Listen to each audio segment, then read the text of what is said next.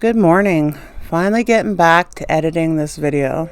You know how life can get in the way sometimes.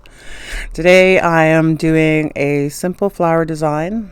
I have my sketch all drawn out on the paper and I'm trying to break down my process of how I go through a painting. First thing I am doing is wetting the entire piece. My first layer is going to be a wet on wet flat layer. And before I get too far into it, I'll give you a list of my colors. I am using permanent yellow deep, opera, permanent green number 1 or light green, a sap green, a darker green, red brown, crimson light brown, and on my palette I have a violet color, a alizarin red, and a more reddish purple color.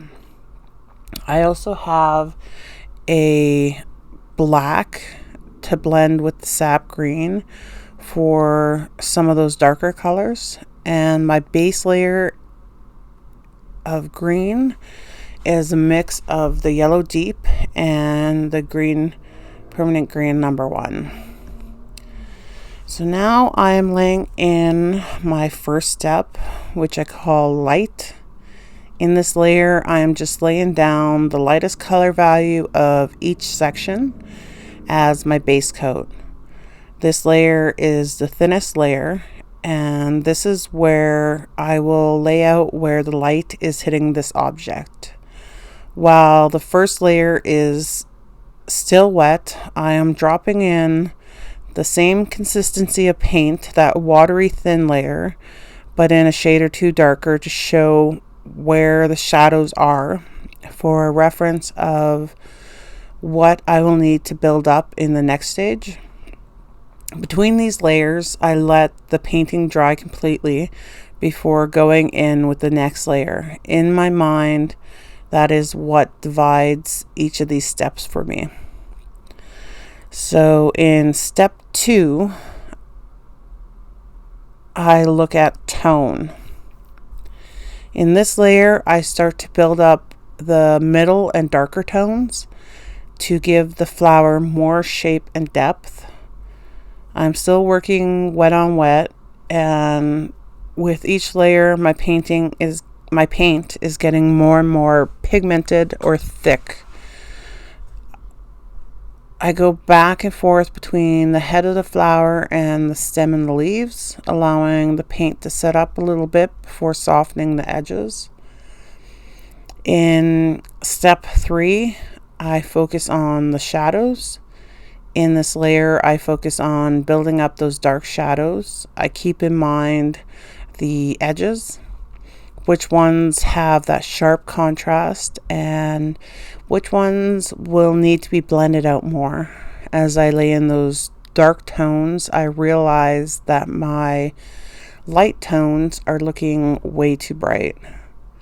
So I have to come back in with those middle tones from step 2 and bring those out a bit more. It is most apparent in the middle part of the flower. Although that is the yellow tone I wanted when building up those shadows next to it, it became very bright, giving it an unrealistic look to it, as if it was level or in front of the filaments. By placing more of those middle tones around it, it helps to settle it back down behind the filaments visually. So I'm just working back and forth between the petals, the middle area of the flower, and the stem and the leaves, and I'm just building up those shadows a bit deeper. I am using my flower off to the left as a reference and have my lights focused on where I want the light to be showing on this flower. As I come to the end of building up those shadows, I'm going to start laying in my background. Step 4, I focus on the reflections.